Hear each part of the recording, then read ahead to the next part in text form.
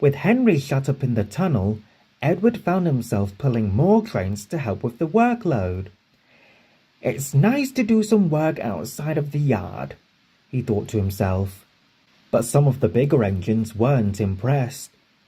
Edward's too old and slow. He'll just get in our way, they sniffed in the sheds. Only Gordon remained quiet, but he didn't defend poor Edward either. But the little engine didn't care. He was just glad to be out working again.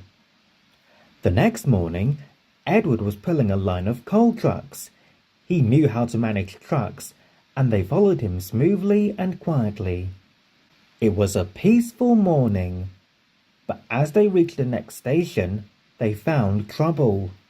A passenger train stood waiting at the platform, but its engine, a big blue engine named Constance, wasn't coupled to it. "What's the matter?" asked Edward as he came to a stop. "The turntable is jammed," replied the station master. "We can't turn Constance around. Now there's no one to pull the train." "Can't she pull it backwards?" asked Edward. Constance let off steam crossly. "Me? Run backwards? I won't. It's not proper." "It's not ideal, but if you go carefully, I'm sure it would be all right," said Edward. But Constance wouldn't have it. "Shan't!" she snapped. Everyone seemed very annoyed. But Edward had an idea. "Excuse me," he said to the station master, "but would you like me to pull the train? I don't mind running backwards, and I promise to go carefully." The station master looked very happy. "Thank you, Edward," he said. Edward shunted his trucks away as Constance sat sulking. But he paid her no notice as he rolled over the crossing and stopped in front of the coaches.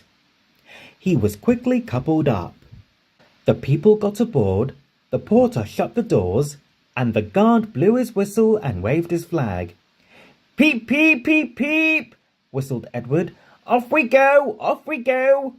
"Trickety-trock, trickety-trock, trickety-trock," said the coaches. They were soon running happily along.